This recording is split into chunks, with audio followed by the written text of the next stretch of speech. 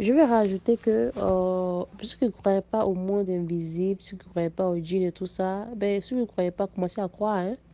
Si vous ne croyez pas, commencez à croire. Et si vous ne vous protégez pas, commencez à vous protéger. Moi-même, j'ai vécu plusieurs situations comme ça, quoi. Voilà, j'ai vécu plusieurs situations comme ça. Et il y a deux même qui me... Il y a deux qui me dérangent jusqu'à présent, ça me dérange toujours.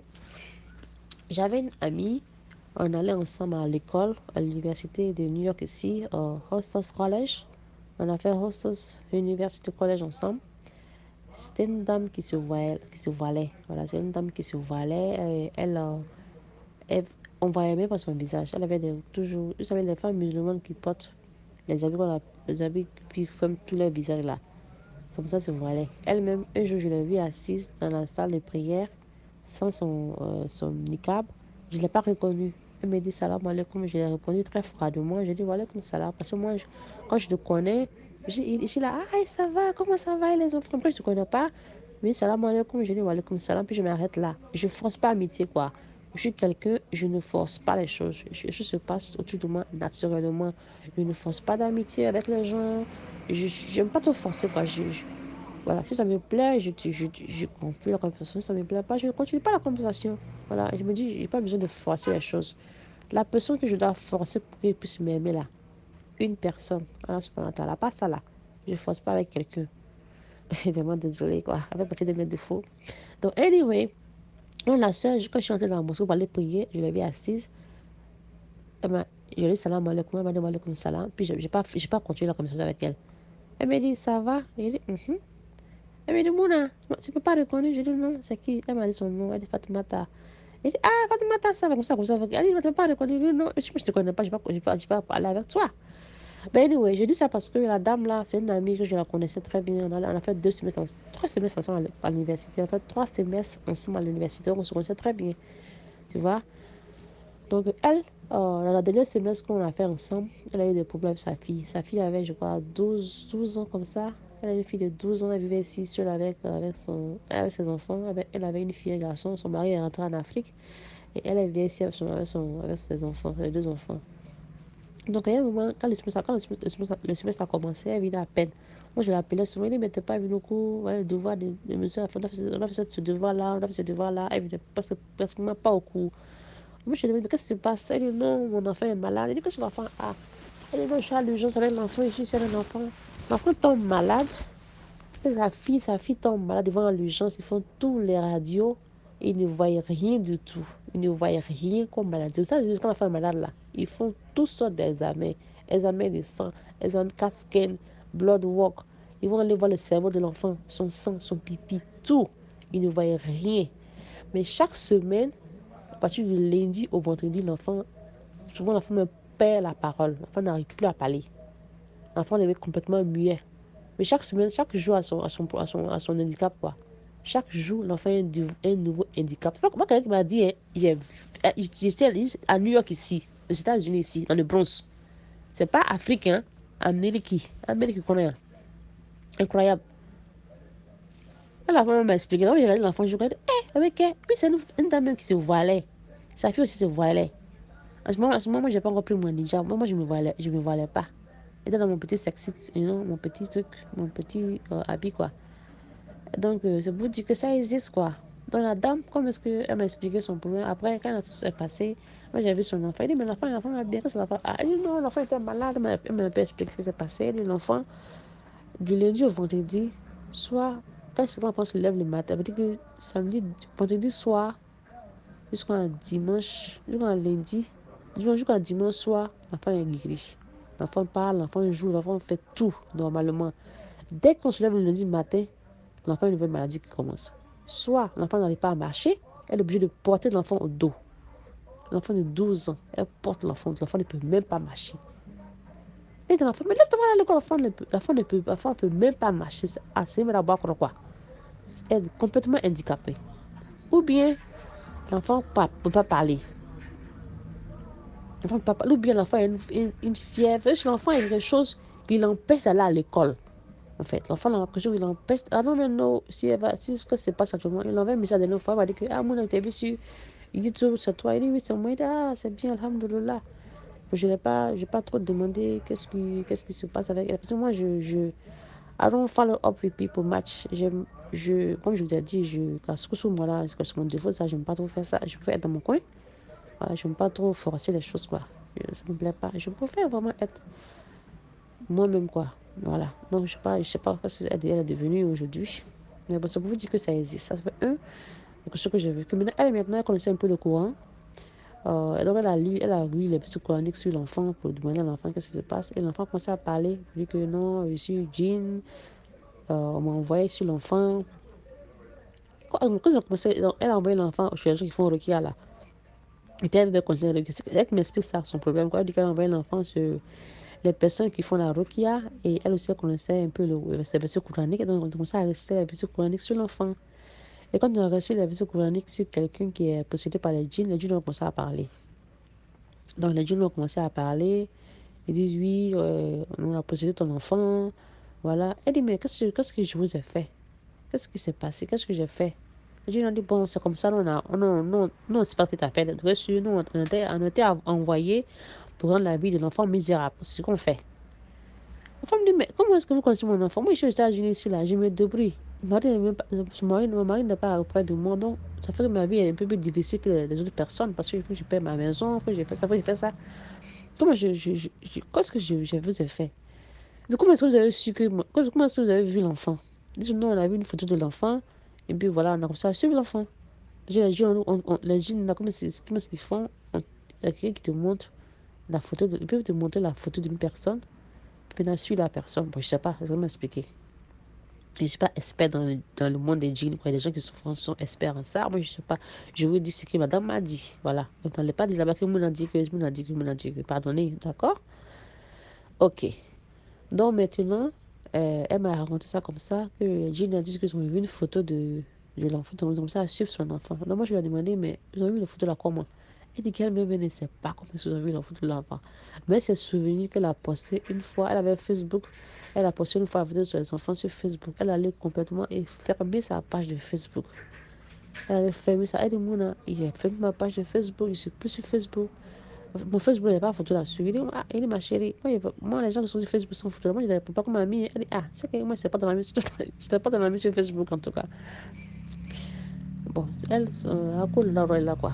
Donc, moi, je suis venue expliquer à mon mari. Mon mari dit, arrêtez toutes les photos de mes enfants sur Facebook. Je dis, chérie, mon frère, pardon. Moi, j'ai pas arrêté mes photos de mes enfants sur Facebook. Moi, j'ai fait droit pour qu'elle ait protégé, quoi. Anyway, c'est pour vous dire ça, quoi, comme témoignage. Et le deuxième témoignage que je peux faire, faites attention aux photos que vous postez pour publier sur Facebook, quoi. Il y a des gens qui sont très, très, très méchants. Ils voient la photo de ta famille, ça les rend aigris, ça les rend méchants. Ils vont faire des choses très, très vilaines pour détruire ta vie. Donc faites attention. Voilà pourquoi moi je poste pas trop vraiment photos de mes enfants, quoi. Pas parce que j'ai peur, j'ai de protéger ce que Dieu m'a donné. Voilà. Bon, deuxième témoignage que je peux faire, c'est celui d'un monsieur, d'un imam que je publiais ses affaires. Il publiait ses prêches, mais j'ai arrêté de publier ses prêches. Il n'était pas content, mais bon, voilà. Je fais ce que je veux sur ma page, d'accord? Donc, bon, qu'est-ce qui s'est passé? Il y a le petit frère de mon mari. Donc, le deuxième témoignage, j'en ai plusieurs, quoi, mais je vais me limiter à deux. Donc, le deuxième témoignage, c'est bon, le petit frère de mon mari qui a fait un accident de moto. Voilà. Donc, la situation était pas, avait l'air un peu suspect. Parce que vous savez, il y a des situations qui ne sont pas totalement. Quand tu vis dans une situation qui n'est pas totalement normale, tu peux savoir quoi. Tu peux sentir que la situation n'est pas totalement normale. Tu fais un accident, tu vas à l'hôpital, en train de comprimer, c'est en disant des calmants. Voilà, des calmants, c'est pour se censé calmer la douleur. Mais que tu vas à l'hôpital en train de calmer, que le calmant ne fait rien du tout, c'est pas normal. Voilà, les calmants sont censés calmer la douleur. Voilà, et quand on suit un traitement, voilà, tu dois pouvoir avoir les résultats de ton traitement. Voilà. Et quand tu vois, quand les choses sont pas A plus A, 1 plus 1 n'est pas égal à 2, voilà, et 2 plus 2 n'est pas égal à 4, les choses sont vraiment pas normales, c'est qu'il y a quelque chose qui est rajouté là-dessus. Voilà, quelque chose de pas normal qui est dans les cas, dans les couilles jaunes. So you have to work on that to take it out. Donc la famille a suspecté que l'accident de l'enfant n'était pas totalement normal. Voilà, c'était pas totalement normal.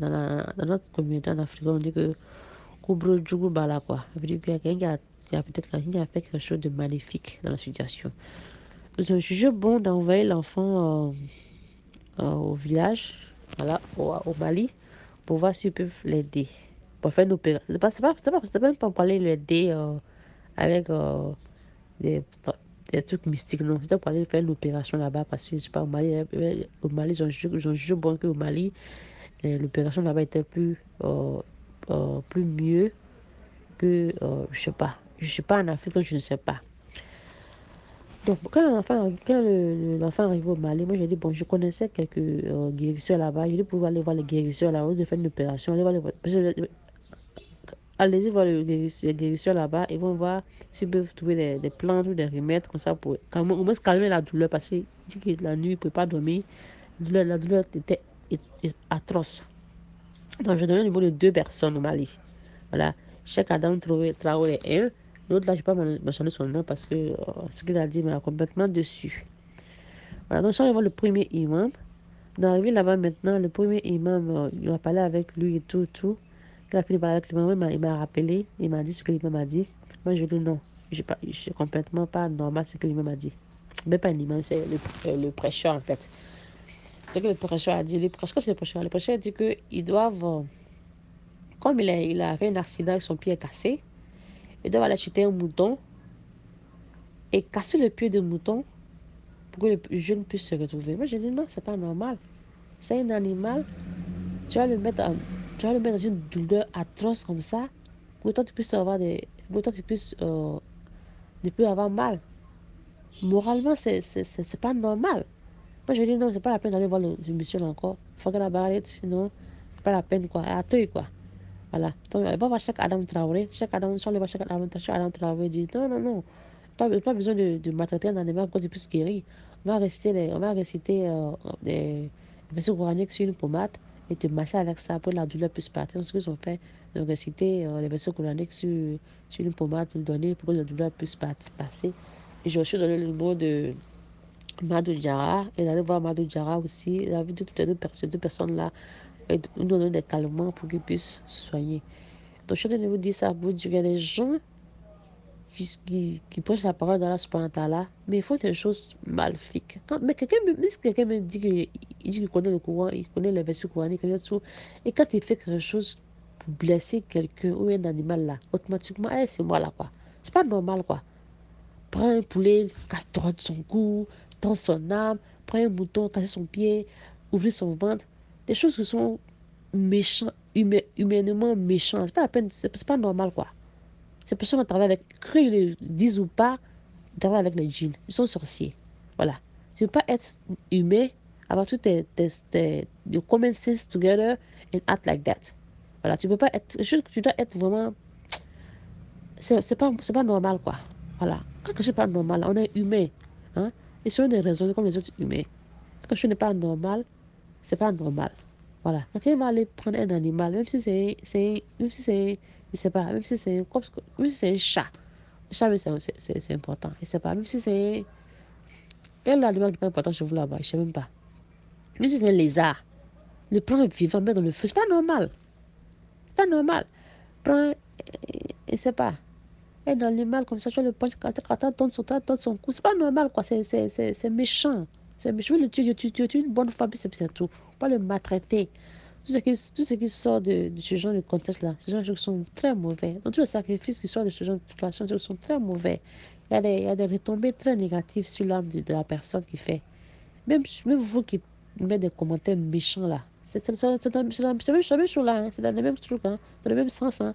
Des commentaires méchants, dire des choses méchantes aux gens, insulter les gens méchamment, tout ça c'est la sorcellerie, quoi. Vous ne comprenez pas.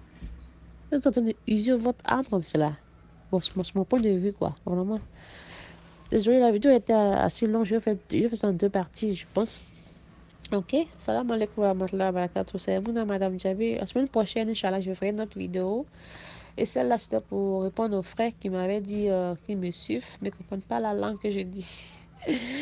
Salam, salam. Donc, voilà mon numéro à l'écran. Vous pouvez me contacter si vous avez des témoignages à faire. Si vous voulez que je publie votre témoignage, vous pouvez me contacter sur mon WhatsApp. N'appelez pas le numéro. Je vis aux États-Unis et je ne vais pas décrocher les appels. Je ne décroche pas les appels. Et si vous insistez, je bloque votre numéro. Parce que, bon, actuellement, les gens vous appellent, les gens te filment et puis balance ta vidéo. Moi, je veux pas faire partie, je veux pas vraiment faire partie dans ce. Assalamu alaikum wa rahmatullahi wa barakatuh. Bonne journée à vous. Salam salam. C'est mon nom, Madame Jabi. Merci de like et de partager. Si vous pensez que la vidéo a été bénéfique pour vous, on partage quelque chose de positif pour les autres personnes puissent en profiter. D'accord? Salam alaikum.